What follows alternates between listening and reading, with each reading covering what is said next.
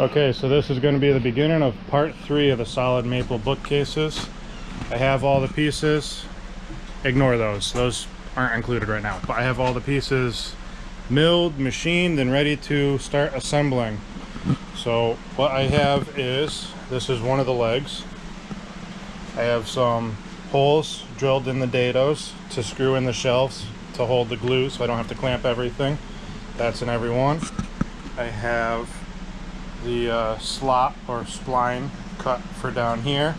That's not going to get anything done to it right now, but that's for the future. The rabbet, I have the holes as well. And then I have all of my, these are the stack of the fixed top shelves. This is part of the stack of the fixed bottom shelves. And this is more of the stack of the fixed top, or middle and bottom shelves. They're just spread out because, I don't know, it's more convenient that way. And then what I did not include in any of the videos were these. It's just some simple mounting blocks. They're gonna get installed right here underneath the middle shelf, if I can stop wobbling, like that, underneath the middle shelf. This way, because there's no back on it, the screws to mount this to the wall will actually go through this. There's gonna be one there, there'll be one on top of the bottom shelf, and then there'll be one on bottom of the upper top.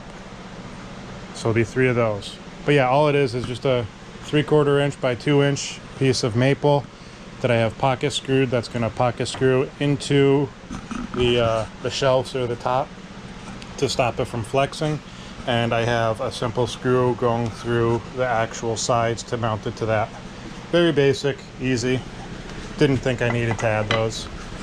But yeah, I'm going to set up a time lapse of us gluing all 5 of these together, and then I'm going to work on the next thing.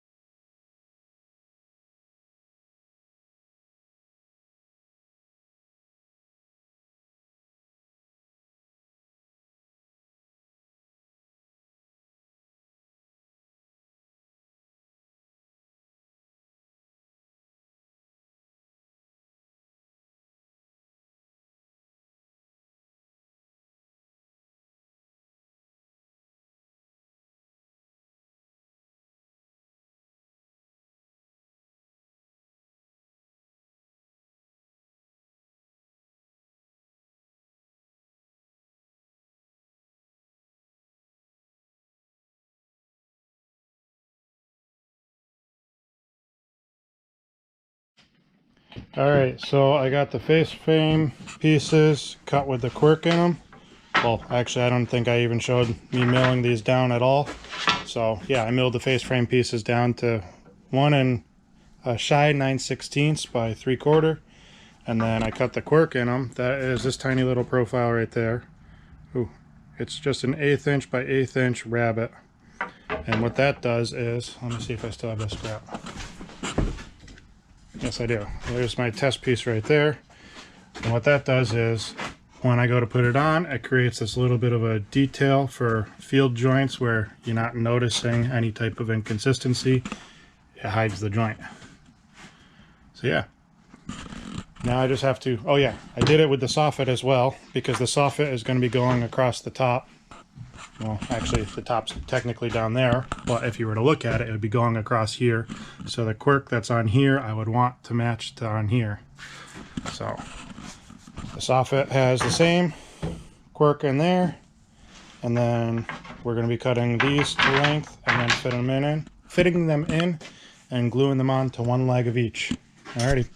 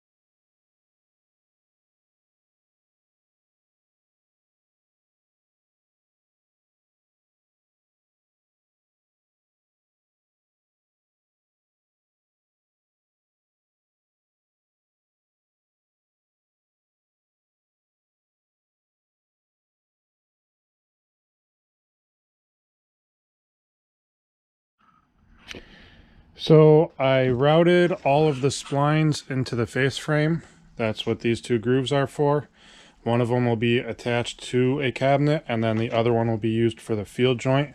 So when you look at these cabinets, again, right now they're standing upside down, but if you look right here, they're side by side. Let me get that balanced a little better. They're side by side. This one, say, will have the face frame attached to it and glued here, which I'm going to be working on soon.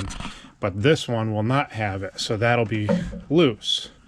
And then the reason I do that is the face frame will be glued on this one, and then when I go to do it in the field, this will overlap it, and then the joint will technically be like on this edge rather than being on the face edge. So that's just a way I was taught, and I really liked it, so I continue to do it. I'm going to work on setting these up one at a time and putting them on here, setting them up, sanding them down, making sure everything's all perfect, getting rid of any glue ooze out and all that stuff. And then I'll also be gluing on one of those strips to each one. In some of the other videos you might have saw that my helper was already working on finished sanding some of the adjustable shelves. So this is getting close to wrapping up these bookcases, at least for the build. They still have to go out to the finisher, and then I will hopefully get some video of the install. Probably like the column wraps I did.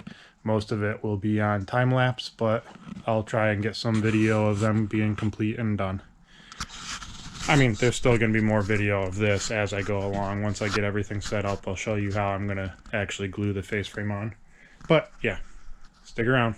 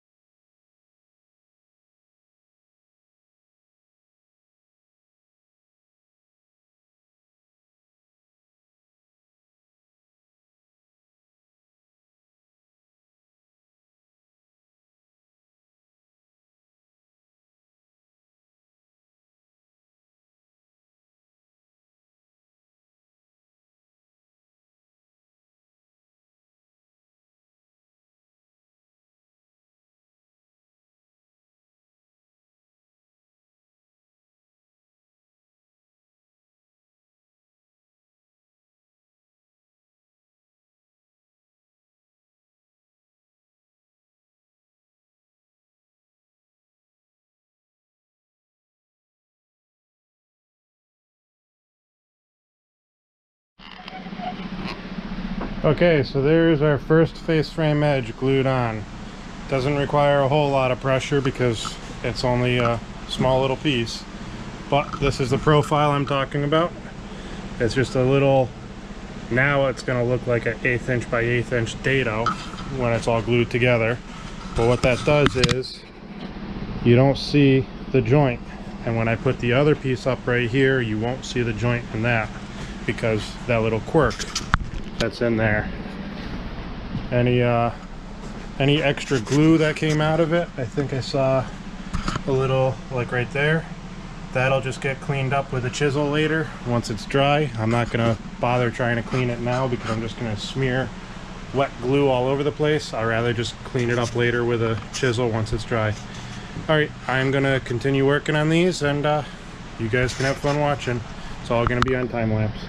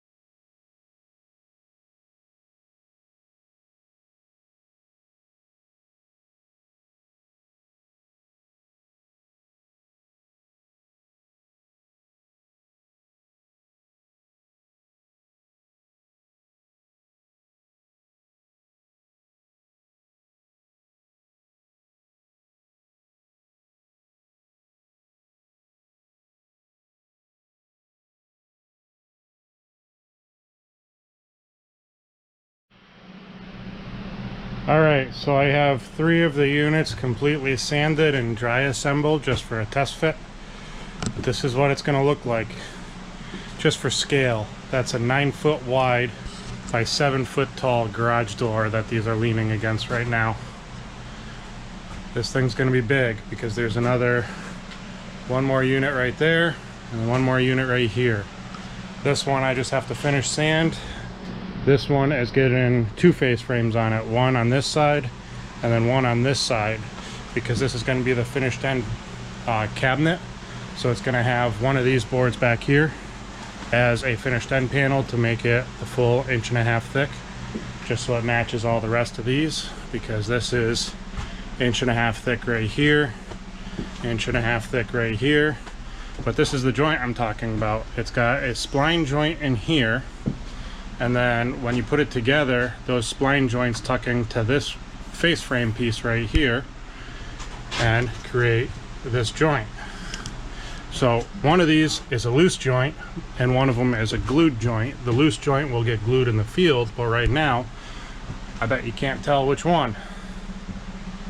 And that's the point. So you don't see the joint because there's no actual joint right across here, as if you were to put an 1.5 inch thick leg next to an 1.5 inch thick leg, you would see a joint across the face. Yeah, there's still going to be the soffit and the crown that go on top. I have that spline cut in here for the soffit to attach to, and then the crown will cover the difference or the scribe to the ceiling. On this end over here, there's going to be a filler piece that attaches to the wall, because on the bottom there's going to be baseboard that goes in an L shape. It runs across this back wall and runs across this side wall, so the filler piece is going to actually cover that, because this panel can't go tight to the wall. And if I can get down here, this is the notch that I made for the actual baseboard heat that runs across this back wall. So you still have, now this is a gap right here because it's leaning against the door, otherwise it'll fall, but you still have 6 6.5, 6 3/4 of an inch support, which is plenty enough strength for all these. This is not that big of a notch right there. So yeah, these are the bookcases. Next video is going to be a time lapse of installing these. All right, see you then.